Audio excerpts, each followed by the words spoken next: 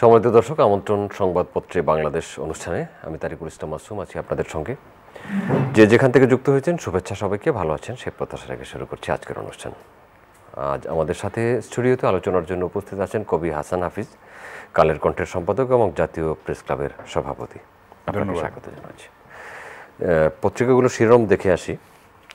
প্রথম আলো, নির্বাচন কেন্দ্রিক কাজে ফিরতে চায় বিএনপি, মোড় ঘোরানো 2 দিনের সম্মেলন শিলিগুড়িতে।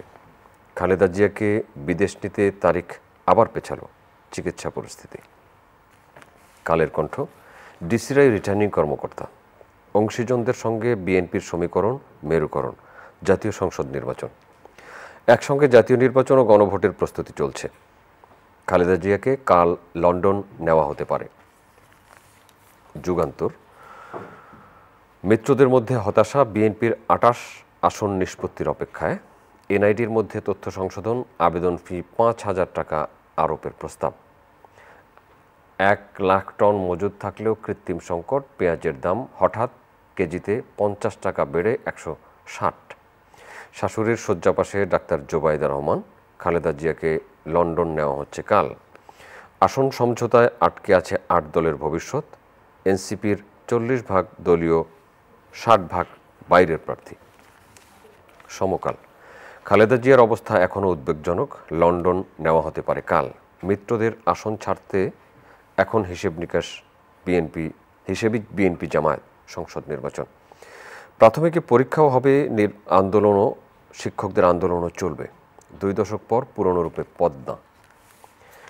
বাংলাদেশ প্রতিদিন, তারেক রহমান, রাষ্ট্র সমাজে গণতান্ত্রিক মূল্যবোধ প্রতিষ্ঠা করতে হবে। জামায়াত আমির, বরদাস্ত করা হবে না কোনো ফ্যাসিবাদকে। খালেদা জিয়ার লন্ডন যাত্রা কাল। জার্মানি থেকে এয়ার অ্যাম্বুলেন্স আসছে আজ, চূড়ান্ত সিদ্ধান্ত দেবেন চিকিৎসকরা। প্রস্তুত লন্ডন ব্রিজ হাসপাতাল, দেশে ফিরলেন ডাক্তার জুবাইদা রহমান। মানবজমিন, খালেদা জিয়ার সুস্থতা কামনায় সারা দেশে বিশেষ দোয়া। কাল নেওয়া হচ্ছে লন্ডন, আবেগ আপ্লুত জুবাইদা, অপেক্ষায় তারেক।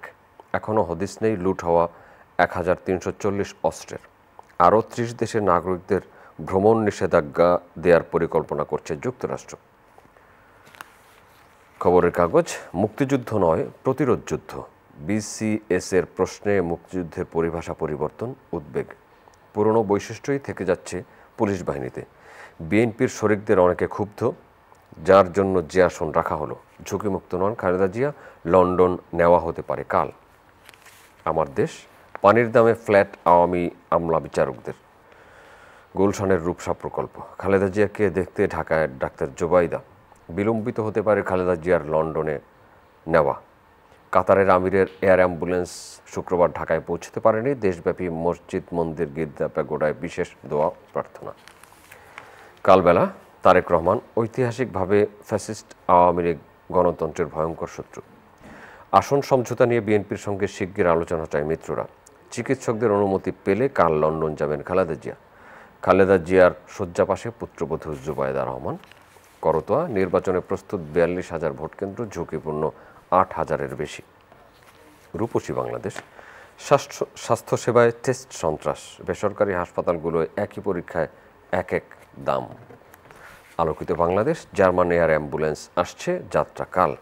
ফ্যাসিবাদীরা বিদায় নিয়েছে, ফ্যাসিবাদ এখনও আছে। পত্রিকাগুলো শিরোনাম পড়ছিলাম। সবচেয়ে বেশি শিরোনাম বেগম খালেদা জিয়াকে নিয়ে। সাবেক প্রধানমন্ত্রী, তিনি এভার কেয়ার হাসপাতালে চিকিৎসাধীন আছেন 23 তারিখ থেকে। লন্ডন নেওয়া হবে, হচ্ছে না। জোবাইদা রহমান আসছেন, চিকিৎসকরা লন্ডন থেকে এসছেন, চীন থেকে এসেছেন। শারীরিক অবস্থা অপরিবর্তিত কখনো কখনো বলা হচ্ছে। কাতার থেকে এয়ার অ্যাম্বুলেন্স আসার কথা ছিল, আসেনি। এখন শুনছি জার্মানি থেকে, জর্জিয়া থেকে আসবে। এখান থেকে শুরু করি, এরপরে অন্য বিষয়ে যাই। আমরা তো দ্রুত আরোগ্য কামনা করি বেগম খালেদা জিয়ার, কারণ এই অসুস্থতাটা স্বাভাবিক নয় আসলে। দীর্ঘকালের নিপীড়ন, নিষ্পেষণ, মানসিক নির্যাতন, কারা নির্যাতন, বাড়ি থেকে উচ্ছেদ করা, তাকে অফিসে অবরুদ্ধ করে রাখা, নানান ধরনের নিপীড়ন, নির্যাতন, পৈশাচিক প্রতিহিংসার শিকার হয়েছেন উনি। ফলে কিন্তু এই অসুস্থতাটা এইভাবে উদ্বেগের ফলেই কিন্তু এটা সৃষ্টি হয়েছে। ফলে সেইটার মূল্যটা দিতে হচ্ছে। এবং খালেদা জিয়ার আমি বলবো যে আমরা এই ব্যাপারে জাতীয় ঐক্যমত্যে পৌঁছেছি তার দ্রুত রোগমুক্তি কামনার জন্যে। তো আমরা প্রার্থনা করব আল্লাহর কাছে যেন দ্রুত যেন উনি আমাদেরকে সুস্থতা তার ফেরত দেন, সেটাই প্রার্থনা। এবং এটার জন্য কিন্তু রাজনৈতিক কর্মকাণ্ড স্থবির হয়ে পড়ে আছে, তাই না? একটা শিরোনাম আপনি বললেন যে বিএনপি আবার কাজে ফিরতে চায়। বিএনপির টোটাল কার্যক্রম কিন্তু বন্ধ হয়ে আছে, রাজনৈতিক নির্বাচনী সেই অর্থে, যদিও আসন কালকে কিছু দিয়েছে। তো এটা নিয়েও তোলপাড় হচ্ছে। আশা করব যে খালেদা জিয়া যদি সুস্থ হয়ে ওঠেন তাহলে একটা সত্যিকারের বেগবান একটা গতিধারা আমরা পাবো গণতান্ত্রিক অভিযাত্রায় উত্তরণের। নির্বাচনের সময়ও ঘনিয়ে আসছে, আগামীকালই হয়তো তফসিল ঘোষণা করা হবে। আগামী সপ্তাহে? হ্যাঁ, আগামীকাল সেটা নির্বাচন হতে পারে ফেব্রুয়ারির 8 থেকে 12 তারিখের মধ্যে, এটা কালকে জানা যাবে। তো হাতে বিশেষ সময়ও নাই। তো ফলে কিন্তু আমরা একটা ক্রিটিক্যাল একটা অবস্থার মধ্যে আছি। শুধু খালেদা জিয়ার অসুস্থতা নয়, রাজনৈতিক পরিস্থিতিটাও কিন্তু একটু ঘোলাটে হয়ে উঠছে, এবং এটার আমরা আশা করব যে একটা সুস্পষ্ট অবয়ব নেবে এবং আমরা একটা সত্যিকারের নির্বাচনের দিকে আমরা অগ্রসর হতে পারবো। এই আশাবাদটাই আমরা আল্লাহর কাছে করতে চাই, এবং আমরা যেন ঐক্যবদ্ধ থাকি, শুধু খালেদা জিয়ার রোগমুক্তি কামনায় নয়, দেশের সংকট উত্তরণে সবগুলি রাজনৈতিক দল যেন পারস্পরিক আস্থা শ্রদ্ধাশীলতার একটা জায়গা তৈরি করে, মানুষের সেটাই প্রত্যাশা। এবং আপনি দ্রব্যমূল্যের কথা বললেন, সেটাও আমরা আলোচনা করব, বিশেষ করে পেঁয়াজের কথা। তো এখন এই মুহূর্তে আমাদের কাছে প্রধান জিনিসটাই হচ্ছে খালেদা জিয়ার রোগমুক্তি। সেটা হলেই আমরা কিন্তু রাজনৈতিক স্থবিরতা যেটা আছে সেটা আস্তে আস্তে কেটে যাবে এবং আমরা নির্বাচনের দিকে অগ্রসর হব। নির্বাচনের জন্য নির্বাচনী কমিশন তফসিল ঘোষণা করবে এবং রাজনৈতিক দলগুলো, এই আমরা অনেকগুলো শিরোনাম পড়েছি যে ছোট ছোট রাজনৈতিক দলগুলোর মধ্যে ক্ষোভ আছে যে 28টি আসন এখন পর্যন্ত বিএনপি রেখেছে, সেই 28টির আসন কাকে কাকে দিতে পারে। আবার কোনো কোনো রাজনৈতিক নেতারা যারা আশা করেছিলেন যে তাদের জন্য আসন ছাড়া হবে, তেমনটি হয়নি। কিন্তু এটা হবেই, এটা সবসময়, এটা কিন্তু সবাইকে তো সন্তুষ্টও করা যাবে না, এটাও সত্য কথা। আবার সব কিছু স্মুথলি চলবে, এটার মধ্যে টানাপোড়েন থাকবে, উত্থান পতন থাকবে, ক্ষোভ থাকবে, আন্দোলন থাকবে, বিতর্ক থাকবে, অভিমান থাকবে। এখনও কিন্তু সেগুলি শেপ নেয়নি, যেহেতু তফসিল এখনও ঘোষণা হয়নি, কিন্তু এগুলি সমীকরণ মেরুকরণ চলতেই থাকবে। এটার অবয়ব নিতে, সুস্পষ্ট অবয়ব নিতে আরও কিছুদিন আমাদের অপেক্ষা করতে হবে। তো সেটা আমরা দেখব যে নির্বাচন যতই ঘনিয়ে আসবে ততই কিন্তু এগুলি স্পষ্ট হয়ে উঠবে, কে কোনখানে লড়ছেন, কোন জোটে কে থাকছেন। এখন পর্যন্ত কতগুলো জোট ধারণা করা যায়? জোটের সংখ্যা তো কম না, এবং এনসিপিও তো একটা জোটের চেষ্টা করছে তৈরি করার জন্য। তো এগুলিও সবগুলি গঠনমূলক পর্যায়ে আছে, কিন্তু প্রকাশ্যে অপ্রকাশ্যে কিন্তু অনেক তৎপরতা আছে, সব আমরা জানতেও পারছি না। তো এগুলি আস্তে আস্তে প্রকাশ্য হবে, তারপরে একটা স্পষ্ট রূপ নেবে কিছুদিনের মধ্যেই। তো এটা নির্বাচনের সময় সবসময়ই হয়, ক্ষুব্ধ থাকে শুধু জোটের শরিকরা নয়, বিএনপির ভিতরেই তো ক্ষোভ আছে, তাই না? অনেকে সেটা নিয়ে আন্দোলনও হয়েছে। যখন প্রাথমিকভাবে ঘোষণা করা হয়েছিল তখন তো বহু জায়গায় আন্দোলন হয়েছে, কোনো কোনো ক্ষেত্রে সহিংসতাও হয়েছে, তাই না? তো আমরা চাইব যে সহিংসতা যেন না হয়, একটা শান্তিপূর্ণ পর্যায়ে যেন থাকে সব কিছু, একটা সেই শান্তিটা, শৃঙ্খলাটা, স্থিতিটা নিশ্চিত করতে হবে রাজনৈতিক নেতাদেরকে, এবং কর্মীদেরকেও সেইভাবে ধৈর্য ধারণ করতে হবে, এবং পরমত সহিষ্ণুতার একটা সংস্কৃতি, একটা আবহাওয়া যেন তৈরি হয়, সেটাই আমাদের প্রত্যাশা, যেন রক্তপাত না হয়। নির্বাচন কমিশন যে তালিকা করেছে নির্বাচনের প্রস্তুত 42,000 ভোট কেন্দ্রের মধ্যে 8,000কে ঝুঁকিপূর্ণ বলেছে। আবার ইতিমধ্যে একটা শিরোনাম পড়েছে যে 1,340 অস্ত্র উদ্ধার হয়। এইসব ঝুঁকি তো আছে, সেটার চাইতে বড় ঝুঁকি হচ্ছে এআই এর ঝুঁকি, সাইবার, যেগুলি মানে আপনি উল্টাপাল্টা সমস্ত তথ্য এবং সোশ্যাল মিডিয়ার মধ্যে যে অপতথ্য ছড়াচ্ছে, সেগুলিরও একটা বড় চ্যালেঞ্জ আছে। তো এই নির্বাচন কমিশন এত বড় চ্যালেঞ্জ নিয়ে কোনো নির্বাচন হয়েছে বলে বাংলাদেশে এটা আমরা জানি না। ফলে আর নির্বাচনটা যেহেতু বিলম্বিত হয়েছে, ফলে নানান ধরনের শাখা প্রশাখা, ষড়যন্ত্রের শেকড়, এগুলি ডালপালা, এগুলি বিস্তৃত হয়েছে। সেগুলি যদি আগে আগে হয়ে যেত, এত 1.5 বছর, প্রায় 1.5 বছরের মধ্যে নির্বাচনটা হতে যাচ্ছে, আগে যদি হতো, অতীতেও হয়েছে কেয়ারটেকার সরকারের আমলে, মানে নির্ধারিত সময় নির্বাচন অনুষ্ঠিত হয়েছে। এইবারই ব্যতিক্রম, এইবার কিন্তু বেশি প্রলম্বিত হয়েছে, ফলে সংকটগুলি বেশি দেখা দিয়েছে। সবাই যদি আমরা নির্বাচনের প্রশ্নে যদি ঐক্যবদ্ধ থাকি, এটাকে সুনিশ্চিত করতে পারি, তাহলেই কিন্তু সংকটটা কেটে যায় যতটা সম্ভব। হানাহানি সংঘাত তো কিছু না কিছু হবেই, কারণ এত মত, এত পথ এবং এত অসহিষ্ণুতা এবং এত দুর্বৃত্তায়ন হয়েছে রাজনীতিতে এবং দলীয়করণ হয়েছে, সেটা কিন্তু যে লিগ্যাসি, যেটার উত্তরাধিকার, যেটা খারাপ জিনিস, সেটাকে প্রতিহত করা, সেটার প্রতিরোধ করা এবং তার থেকে মুক্তি লাভ করা কিন্তু একটু সময় সাপেক্ষ ব্যাপার। রাতারাতি আমরা সেটার থেকে মুক্তি পাবো না। তার মধ্যেও যতটা পারা যায় আমাদের প্রত্যাশা থাকবে, রাজনৈতিক দলগুলির প্রত্যাশা থাকা উচিত, দায়িত্ব থাকা উচিত যে যতটা সম্ভব সংঘাত, সহিংসতা, অশান্তি, বিশৃঙ্খলা, নৈরাজ্য যতটা এড়ানো যায় ততটাই।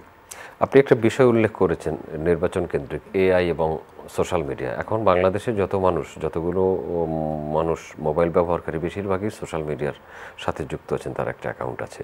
এবং আপনি যে কথা বললেন তার সাথে যদি আমরা যুক্ত করি এই বেগম খালেদা জিয়ার অসুস্থতা, তারেক রহমানের দেশে ফেরা, এ নিয়ে যে অপতথ্য আমরা দেখেছি, ভয়ঙ্কর এবং মানে নিদারুণ আর কি, এবং খুবই করুণ এবং অমানবিক এবং আপত্তিকর, অগ্রহণযোগ্য অনেক কিছু ঘটেছে। কিন্তু আপনি দেখেন যে সাইবার যেই অ্যাটাক, সাইবার যে ষড়যন্ত্র, এগুলি মোকাবেলার জন্য সরকারের কিন্তু যথেষ্ট প্রস্তুতি আছে বলে মনে হয় না। ক্যাপাসিটি বিল্ডিংটা সেভাবে নাই। এটা তো যত দিন যাবে তত কিন্তু এটা প্রকটতর হবে, মানুষ কিন্তু সেগুলি বিশ্বাস করবে, মানুষ যাচাই বাছাই করবে না, একটা দেখলেই মনে করবে যে এটাই সত্যি বোধহয়।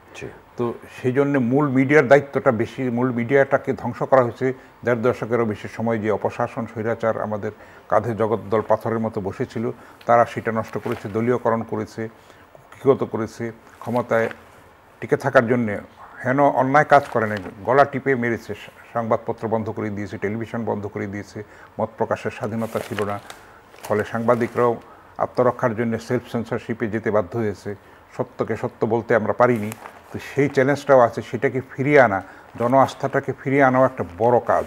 সেটা শুধু মিডিয়া নয়, সেখানে রাজনৈতিক দলগুলির দায়িত্ব আছে, সরকারের দায়িত্ব আছে, সব নাগরিকেরই দায়িত্ব আছে। যে জুলাইয়ের পরিবর্তনের ফলে যেই রক্তপ্লাবী যেরকম অভ্যুত্থান হয়েছে, সর্বপ্লাবী ছাত্রগণ অভ্যুত্থান হয়েছে, সেটার সুফলটাকে ঘরে তোলার জন্য, সেটাকে সংহত করার জন্য, গণতন্ত্রকে স্থায়ী করার জন্য কিন্তু বড় চ্যালেঞ্জ সামনে। 36 জুলাই হচ্ছে প্রাথমিক বিজয় মাত্র, মূল বিষয়টা কিন্তু সামনে রয়ে গেছে। এটাকে সংহত করা, স্থায়ী রূপ দেওয়া এবং যত নির্বাচনের বিরুদ্ধে দেশের শান্তি, শৃঙ্খলা, স্বাধীনতা, সার্বভৌমত্বের, গণতন্ত্রের উত্তরণের যেসব চ্যালেঞ্জেস, সেগুলির বিরুদ্ধে যে ষড়যন্ত্র দেশে ক্রিয়াশীল আছে, দেশের বাইরে ক্রিয়াশীল আছে, সেটাকে প্রতিহত করা, সেটাকে রুখে দেওয়া, এটা সম্মিলিতভাবে 18 কোটি মানুষেরই দায়িত্ব। এটা নির্দিষ্ট 27-28 জন উপদেষ্টা পারবে না, কতগুলি রাজনৈতিক দল পারবে না। প্রত্যেকটা মানুষের যার যার ক্ষেত্র থেকে এগুলি প্রতিহত করা দরকার। আমাদের আসলে দেশপ্রেমের কঠিন অগ্নি পরীক্ষাটা সামনে, আমরা আশা করি সেটার থেকে আমরা উত্তরণ পেতে মানে সম্ভব হবে আমাদের পক্ষে। আমরা আশা করি সেই চ্যালেঞ্জটা মোকাবেলা করতে পারবো যদি আমরা জুলাইয়ের চেতনার প্রতি শ্রদ্ধাশীল থাকি, সত্যিকারের গুণগত পরিবর্তন যদি আমরা চাই, গণতন্ত্রের উত্তরণ যদি আমরা চাই। প্রাথমিক শিক্ষকরা আন্দোলনে আছেন, পরীক্ষা বন্ধ ছিল, এখন পরীক্ষাও চলবে, আন্দোলনও চলবে। কোনো শিক্ষককে অন্য জেলায় বদলিও করা হয়েছে। এর সমাধান কি? সেটা তো সরকারও এটা প্রথম দিকে সেইভাবে হ্যান্ডেল করতে পারে নাই, আর এদেরও কিন্তু অনর অবস্থান আছে একটা। মানে আমরা দেখছি যে এই অন্তর্বর্তী সরকারের উপরে যত দাবি দেওয়ার চাপ দেওয়া হয়েছে, পৃথিবীর ইতিহাসে এরকম আছে কি না সেটাও একটা গবেষণার বিষয়। মধ্যরাতের আন্দোলন দেখেছি, যখন তখন সচিবালয়ে ঢুকে যাওয়ার আমরা আন্দোলন দেখেছি, অটো পাসের দাবিতে সব কিছু তছনছ করে দেওয়া, ভণ্ডুল করে দেওয়া, কথায় কথায় যমুনা ঘেরাও করা, রাস্তাঘাট বন্ধ করে রাখা, দিনে রাত্রে সবসময়। তো সেটাও কিন্তু আমরা অবিবেচকের পরিচয় দিয়েছি জাতিগতভাবে, সত্যিকার অর্থে যদি আমরা বলি। তো আমরা চাইবো যে একটা শান্তিপূর্ণভাবে সব কিছুরই সমাধান হোক, আলোচনার টেবিলে সমাধান হোক। সেটার জন্য সাউন্ড গ্রেনেড যেন নিক্ষেপ করতে না হয়, আমরণ অনশনে যেতে না হয়, ভাঙচুর, ভণ্ডুল এগুলি সংস্কৃতির থেকে, তছনছের সংস্কৃতি থেকে যেন আমরা মুক্তি পাই। মুক্তিযুদ্ধ নয়, প্রতিরোধ যুদ্ধ, পিসিএস এর প্রশ্ন, মুক্তিযুদ্ধের পরিভাষা পরিবর্তন, উদ্বেগ আছে। মুক্তিযুদ্ধের বিরুদ্ধে তো ষড়যন্ত্র এখনও ক্রিয়াশীল আছে। মুক্তিযুদ্ধের উপরে দেশটা দাঁড়িয়ে আছে, কারণ আমরা রক্তের বিনিময়ে যেই স্বাধীনতা অর্জন করেছি দীর্ঘ 9 মাসেরও বেশি সময়, আসলে 9 মাসও না, বা পাকিস্তান সৃষ্টির পর থেকেই কিন্তু আমাদের মুক্তির আন্দোলন শুরু হয়েছে। ভাষা আন্দোলন বলেন, শিক্ষা আন্দোলন বলেন, গণ অভ্যুত্থান বলেন, 69-এর 71-এর মুক্তিযুদ্ধ, তারপরে সব কিছু মিলিয়ে কিন্তু একটি সুতায় গাঁথা, সব কিছুর উপরে মুক্তিযুদ্ধ। মুক্তিযুদ্ধের প্রশ্নে কোনো আপোষ চলবে না, কারণ এটা দেশটা শহীদের রক্তের উপরে এবং মা বোনের সম্ভ্রমের বিনিময়ে যেইটা আমরা অর্জন করেছি, সেই স্বাধীনতা এবং সার্বভৌমত্ব, সেটা বিশ্বের মানচিত্রে আমাদের যে লাল সবুজের পতাকা, সেটার মর্যাদা অক্ষুণ্ণ রাখার জন্য, সমুন্নত রাখার জন্য আমাদের প্রত্যেকেরই প্রতিজ্ঞাবদ্ধ হওয়া উচিত এবং এটার বিরুদ্ধে যত ষড়যন্ত্র আসবে সেগুলি সম্মিলিতভাবে রুখে দেওয়া আমাদের দায়িত্ব এবং কর্তব্য।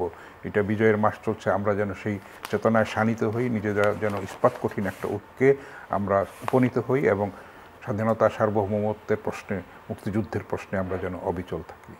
পেঁয়াজের দাম 160 টাকা, চালের দামও বেড়েছে। পেঁয়াজ একটা ষড়যন্ত্রের শিকার আসলে। পেঁয়াজ আপনি দেখেন যে ভারতে কিন্তু এত পেঁয়াজ উৎপন্ন হয়েছে, সেগুলি রপ্তানি করা যাচ্ছে না। বাংলাদেশে যারা যেই রপ্তানি করতো 98% রপ্তানি হতো, সেখানে এখন 2% হচ্ছে, সেটাও বন্ধ হয়ে গেছে। গতকাল ভারতে পেঁয়াজের শবদাহ হয়েছে, মানে পেঁয়াজকে মানে অন্ত্যেষ্টিক্রিয়ার মতো করে সেটা ফুল টুল দিয়ে, সেটা ছবিও ভাইরাল হয়েছে। তো মহারাষ্ট্রে সবচেয়ে বেশি পেঁয়াজ উৎপাদন হয়, সেখানে চাষিরা তাদের মাথায় হাত, তারা বিক্রি করতে পারছে না, কারণ পেঁয়াজ নিয়ে ভারতের সরকার, ভারতের রাজনীতি আমাদেরকে সবসময় কিন্তু একটা ব্ল্যাকমেইল করেছে, দুঃসময়ে পেঁয়াজের রপ্তানি বন্ধ করে দিয়েছে। তো বাংলাদেশও কিন্তু সেই ষড়যন্ত্র অনেকখানি মোকাবেলা করে সক্ষমতার দিকে গেছে। কিন্তু বাংলাদেশে যেসব অসাধু সিন্ডিকেট আছে, তারা কিন্তু আপনি বললেন যে প্রচুর মজুদ আছে, তারপরেও কিন্তু একটা কৃত্রিম সংকট 1 লাখ টন মজুদ তৈরি করা হয়েছে। সেটাকে সরকার কেন এটাকে উন্মোচন করতে পারছে না, শাস্তিমূলক ব্যবস্থা নিতে পারছে না, এটাই বিষয়। আমরা কি সেটা জানি না? আমরা তো জানি, কিন্তু আমাদের সেই সদিচ্ছাটা নাই, আমাদের সেই দৃঢ়তাটা নাই, আমাদের সেই পরিপক্কতাটা নাই, আমাদের সেই দূরদর্শিতা নাই। আমাদের পরিকল্পনার মধ্যে এবং বাস্তবের মধ্যে অনেক ফারাক আছে, সদিচ্ছার অভাব আছে। না হলে কিন্তু এই সংকট হওয়ার কথা নয়। এত বড় ক্রাইসিস তো 2 দিনের মধ্যে 40-50 টাকা তো বেড়ে যাওয়ার কথা নয়। যারা করবে সেগুলি তো কঠিন শাস্তি তাদের বিধান করা উচিত। এইটা কেন সমস্যাটা সমাধান হচ্ছে না, এটা আমার কাছে বোধগম্য না। মাঝখানে তো তেলের দামও বাড়ানো হয়েছে। নানান সিন্ডিকেট আছে, মানে সেগুলির কাছে জিম্মি হয়ে আছে, সরকারও জিম্মি হয়েছে এবং সরকারের অনেক মানে সুবিধাভোগী অংশ হয়তো এটার সঙ্গে জড়িত আছে, যেটা ভেস্টেড ইন্টারেস্ট বলা হয়।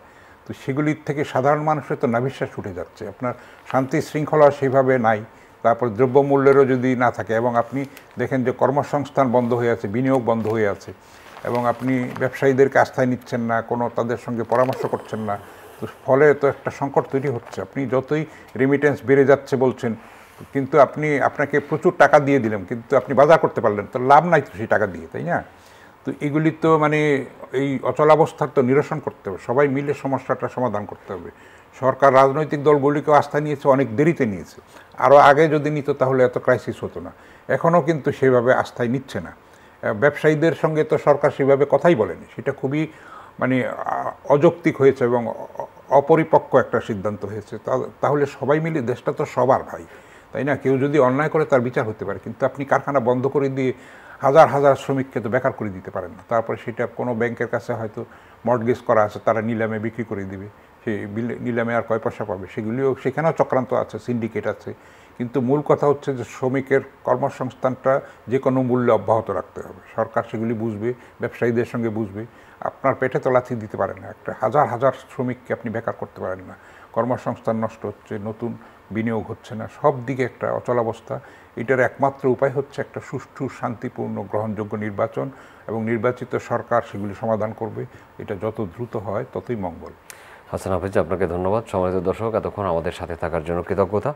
আগামী অনুষ্ঠান দেখার আমন্ত্রণ রইল। দেখা হতে পারে সেই অনুষ্ঠানে। ভালো থাকবেন সবাই। আপনাদের সবার জন্য অনেক অনেক শুভকামনা।